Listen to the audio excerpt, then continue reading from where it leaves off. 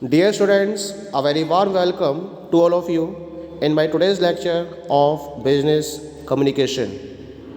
In today's lecture, we will discuss upon the topic speech. यानी कि आज के लेक्चर में हम डिस्कस करेंगे भाषण के बारे में। क्या मतलब होता है भाषण का, क्या तात्पर्य है भाषण से, कितने प्रकार होते हैं और भी बहुत सारे कॉन्सेप्ट्स हैं जो हम आज के लेक्चर में कवर अप करेंगे। तो सबसे पहले बात करते हैं भाषण का अर्थ एवं परिभाषा। क्या मतलब होता है भाषण का? भाषण का शाब्दिक अर्थ होता है व्याख्यान, अभिभाषण, कथन, बोली हुई बात। भाषण को अंग्रेजी में स्पीच कहते हैं, जिसका अर्थ होता है अपनी बात को व्यक्त करना। यानी कि स्पीच लिटरली मीन्स लेक्चर और एड्रेस और स्टेटमेंट और स्पोकन टॉक। भाषण in English is called speech which means to express one's point of view. यानी कि जब हम भाषण की बात करते हैं तो जब किसी भी वक्ता के द्वारा किसी भी विषय पर व्याख्यान दिया जाता है या अभिभाषण प्रस्तुत किया जाता है, कहा जाता है कुछ भी उसके बारे में, या उसके बारे में वो एक डीप डिस्कशन करता है, उस पर एक चर्चा करता है, तो हम इसको भाषण के नाम से जानते हैं। भाषण को अंग्रेजी में स्पीच कहा जाता है। इसका मतलब क्या होता है? अपनी बात को व्यक्त करना। यानी कि कोई वक्ता अगर अपनी बात को व्यक्त कर रहा है तो वो भाषण कहलाती है। इसकी परिभाषा समझ लेते हैं। परिभाषा दे रखे यहाँ पर, एक व्यक्ति द्वारा अपने विचारों एवं भावनाओं को दूसरे व्यक्ति अथवा व्यक्तियों के समूह तक पहुंचाने की कला भाषण कहलाती है। यानी कि जब एक व्यक्ति क्या करता है, अपने थॉट्स को, अपनी फीलिंग्स को किसी दूसरे व्यक्ति को या ग्रुप ऑफ पर्सन्स को डिलीवर करता है, उन तक पहुंचाता है, तो हम इस आर्ट को स्पीच या भाषण का नाम देते हैं। It means the art of conveying one's thoughts and feelings to another person or group of persons is called speech. एक और डेफिनेशन दे रखी है इसमें, धारा प्रवाह रूप में अपने विचारों की अभिव्यक्ति ही भाषण है। Speech is the expression of one's thoughts in a fluent form. धारा प्रवाह रूप में यानी कि बिना रुके हुए, लगातार बोलते हुए जब आप अपने विचारों को अभिव्यक्त करते हो, प्रस्तुत करते हो दूसरे व्यक्ति या व्यक्तियों के समूह के सम्मुख, तो हम इसको भाषण का नाम देते हैं। तो यहाँ भाषण का अर्थ और परिभाषा आपको समझ में आ गई होगी। अब हम बात करते हैं अगले टॉपिक की। अगला टॉपिक है इसमें भाषण के प्रकार। क्योंकि जो भाषण है वो भाषा का ही एक प्रकार है, इसी वजह से हम भाषण को मेनली 2 पार्ट्स में डिवाइड कर सकते हैं। पहला होता है मौखिक भाषण और दूसरा होता है लिखित भाषण। पहला है मौखिक भाषण और दूसरा है लिखित भाषण। क्या मतलब है मौखिक भाषण का और क्या मतलब है लिखित भाषण का? मौखिक मतलब हो गया ओरल स्पीच और लिखित का मतलब हो गया रिटन स्पीच। ओरल स्पीच क्या होती है? समाज द्वारा स्वीकृत ध्वनि संकेतों में अपने भाव अभिव्यक्ति एवं विचारों का विनिमय मौखिक भाषण कहलाता है। यानी कि आप अपने खुद के भावों को, फीलिंग्स को, अपने विचारों को या फिर अपनी थिंकिंग को वर्ड्स के थ्रू जब डिलीवर करते हो दूसरे बंदे को, उसको आप कम्युनिकेट करते हो, तो हम इसको मौखिक भाषण का नाम देते हैं। ध्वनि संकेत है, जो स्वीकृत ध्वनि संकेत हैं, जो एक्सेप्टेबल आपके वॉइस साइंस हैं, जब उनका यूज़ करते हुए, उनका प्रयोग करते हुए स्पीच को वक्ता के द्वारा दूसरे बंदों को या व्यक्तियों के समूह को डिलीवर किया जाता है तो हम इसे मौखिक भाषण का नाम देते हैं। और दूसरा होता है लिखित भाषण। लिखित भाषण क्या होता है? क्या होता है कि जब मौखिक भाषण को तैयार किया जाता है तो भाषण तो मौखिक रूप से ही दिया जाएगा, लेकिन मौखिक भाषण देने से पूर्व भाषण को स्थायी रूप में रखने के लिए लिखित रूप देना आवश्यक होता है। आपको दर्शकों के सामने या व्यक्तियों के समूह के सामने क्या बोलना है, उसके लिए आप पहले से प्रिपरेशन करते हो, तैयारी करते हो, और उसके लिए जो बोलना है आपको उसको आप लिखित रूप में तैयार कर लेते हो।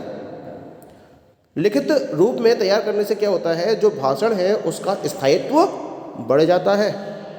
जैसा आपने देखा होगा, पॉलिटिकल पार्टीज क्या करती हैं, जो पॉलिटिकल लीडर्स होते हैं, जब वो अपने भाषण को प्रस्तुत करते हैं तो उससे पहले वो एक जगह पर अपने भाषण को लिख लेते हैं, ठीक है, और उस लिखे हुए भाषण को आधार बनाते हुए वो अपने मौखिक भाषण को प्रस्तुत करते हैं जनता के सामने। तो लिखित भाषण भी उतना ही जरूरी है जितना कि मौखिक भाषण। मौखिक भाषण के लिए एक तरीके से आधार का काम करता है लिखित भाषण, क्योंकि इससे क्या होता है, भाषण का स्थायित्व बढ़ जाता है और आप अपने जो दिशा है आपकी भाषण की उससे बिल्कुल भी इधर उधर नहीं जाते हो, अगर आपने लिखित में भाषण को तैयार कर रखा है। तो इसी वजह से मौखिक भाषण देते समय लिखित भाषण को भी तैयार करना उतना ही जरूरी होता है। तो इस तरीके से भाषण के ये दो प्रकार हो गए आपके, एक हो गया मौखिक भाषण और दूसरा हो गया लिखित भाषण। अब हम बात करेंगे भाषण के क्या क्या लाभ है, क्या क्या एडवांटेजेस हैं स्पीच के। तो यहाँ जो स्पीच है उसके कुछ पर्टिकुलर एडवांटेजेस मैंने डिस्कस किए हैं। 5 पॉइंट्स में मैंने इसको डिफाइन किया है। पहला पॉइंट है झिझक दूर करना, टू रिमूव हेजिटेशन, भाषा के उच्चारण में शुद्धता लाना, to make clarity in the pronunciation of the speech. तीसरा है भाव स्पष्टीकरण की क्षमता को बढ़ाना।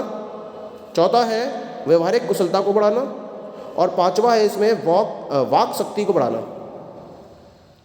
तो डीपली डिस्कस कर लेते हैं थोड़ा सा इसके बारे में। पहला है झिझक दूर करना, यानी कि हेजिटेशन को रिमूव करना। ये सबसे पहला लाभ होता है भाषण का, यानी कि जो व्यक्ति लगातार भाषण देता रहता है तो उससे क्या होता है, जो उसकी बोलने की झिझक है दूसरे लोगों के सामने, वो क्या हो जाती है, वो दूर हो जाती है, और उसका जो आत्मविश्वास है वो लगातार बढ़ता चला जाता है। एक तरीके से विल पावर को स्ट्रॉन्ग करता है। चाहे वो सबसे खास बात क्या होती है, स्टूडेंट्स की बात करते हैं। स्टूडेंट्स लाइफ में अपने विचारों को व्यक्त करना बहुत ज़्यादा मुश्किल होता है। किस वजह से? झिझक की वजह से, हेजिटेशन की वजह से। और जब लगातार एक छात्र भाषण देता रहता है, स्पीच को डिलीवर करता रहता है, तो उसके अंदर एक कॉन्फिडेंस, एक विल पावर जनरेट होती है, और फिर एक टाइम के बाद वो कभी भी स्टेज पर अपने विचारों को अभिव्यक्त करने में घबराता नहीं है और बहुत ही स्पष्ट तरीके से अपने विचारों को अभिव्यक्त कर पाता है। ये तो पहला लाभ हुआ भाषण का। दूसरा लाभ क्या है इसका? भाषण के उच्चारण में शुद्धता लाना। क्या होता है, भाषण के द्वारा जो स्टूडेंट्स हैं या जो बच्चे हैं उनमें भाषा के उच्चारण में भी शुद्धता आती है और इसके साथ ही साथ स्पष्टता भी आती है, क्योंकि बच्चे भाषण को अच्छे से तैयार करते हैं ताकि कोई गलती ना हो। तो जब किसी भी वक्ता को भाषण देना होता है तो उसका वो रिहर्सल भी करता है, और जब रिहर्सल को कर रहा है क्योंकि वो ये चाहता है कि उसका भाषण के उच्चारण में कोई भी गलती ना हो, उसमें पूर्णता शुद्धता हो, स्पष्टता भी हो, जिससे कि दर्शकों को आसानी से उसकी बात समझ में आ सके। तो जब इस प्रैक्टिस को फॉलो किया जाता है तो ऑटोमेटिकली आपका जो प्रोनाउंसिएशन है, वो जो चरण है भाषा का, वो शुद्ध होता चला जाता है। दूसरा एडवांटेज आपको ये मिलता है। तीसरा है भाव स्पष्टीकरण की क्षमता को बढ़ाना। जब आप लगातार स्पीच देते रहते हो तो उससे क्या होता है, जो आपके विचार हैं और जो आपके भाव हैं वो और क्लियर होते चले जाते हैं, उनमें स्पष्टीकरण बढ़ता चला जाता है और इससे क्षमता भी बढ़ती चली जाती है। ठीक है। चौथा एडवांटेज क्या होता है, व्यवहारिक कुशलता को बढ़ाना। यानी कि जो आपकी प्रैक्टिकल नॉलेज है, जो आपकी प्रैक्टिकल स्किल्स है, वो लगातार एनहेंस होती चली जाती हैं। क्योंकि जब स्पीच तैयार की जाती है, कोई भी हो जब स्पीच तैयार करता है तो अपना कंप्लीट टाइम उसको देता है, क्योंकि कोई भी नहीं चाहता कि स्पीच देते समय वो कहीं भी अटके।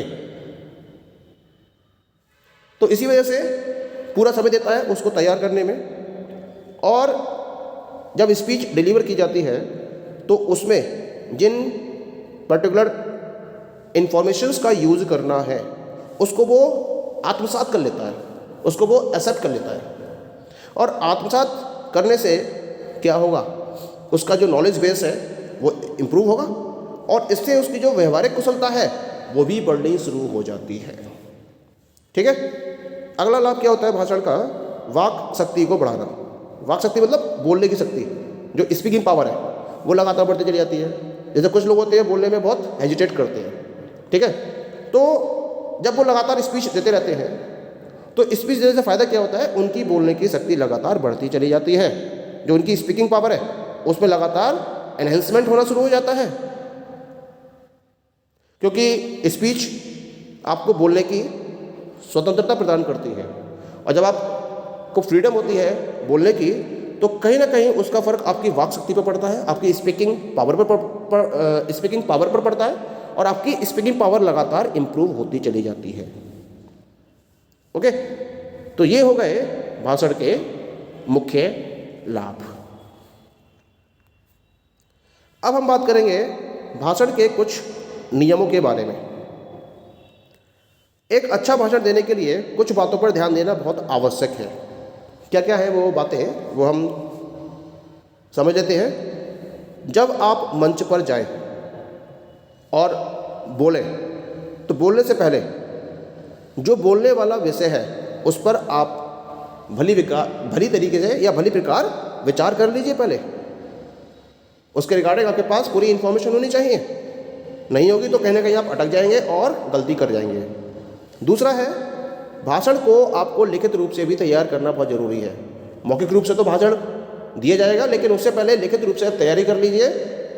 तो इससे क्या होगा, आपकी जो दिशा है वो बनी रहेगी और आप अपने सब्जेक्ट से, अपने विषय से बिल्कुल भी नहीं भटकेंगे। तीसरा है, जब आप मंच पर आ रहे हैं तो अपनी वेशभूषा पर विशेष ध्यान दें। भड़काऊ, असभ्य या अव्यवस्थित रूप से अगर आप मंच पर जाएंगे तो हंसी का पात्र ही बनेंगे। बहुत ही कायदे से आपको अपनी वेशभूषा में जाना चाहिए स्पीच देने के लिए।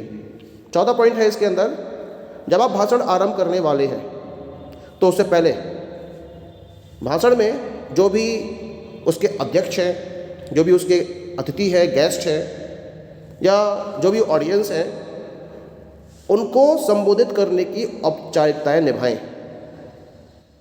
उनको पहले वेलकम भी कहें, उनको एक ग्रीटिंग भी प्रोवाइड करें और लास्ट में आपको थैंक यानी कि धन्यवाद कहना भी चाहिए। ठीक है।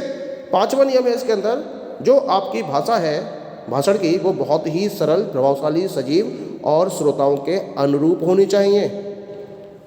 जब आपकी स्पीच चल रही है तो बीच बीच में आप सूक्तियाँ, उदाहरण, काव्य, पंक्तियाँ, शेरो शायरी, इसके द्वारा भी अपनी स्पीच को और लाइव वे में, जीवंत तरीके से प्रस्तुत कर सकते हैं। छठा पॉइंट है इसमें, आत्मविश्वास, धैर्य व स्पष्टता के साथ उचित भाव मुद्राओं के माध्यम से अपनी बात प्रस्तुत करें। यानी कि आपकी जो बॉडी लैंग्वेज है वो प्रॉपर होनी चाहिए, एक कॉन्फिडेंस होना चाहिए आपके अंदर, पेशेंस होना चाहिए, आपकी लैंग्वेज में क्लैरिटी होनी चाहिए और इन सारे पॉइंट्स को ध्यान में रखते हुए ही आपको अपनी स्पीच डिलीवर करनी है। और लास्ट पॉइंट है इसमें, समय का आपको विशेष ध्यान रखना है। जो समय आपको दिया गया है उतने ही निर्धारित समय में आपको अपनी स्पीच खत्म करनी है, भाषण समाप्त करना है। ओके,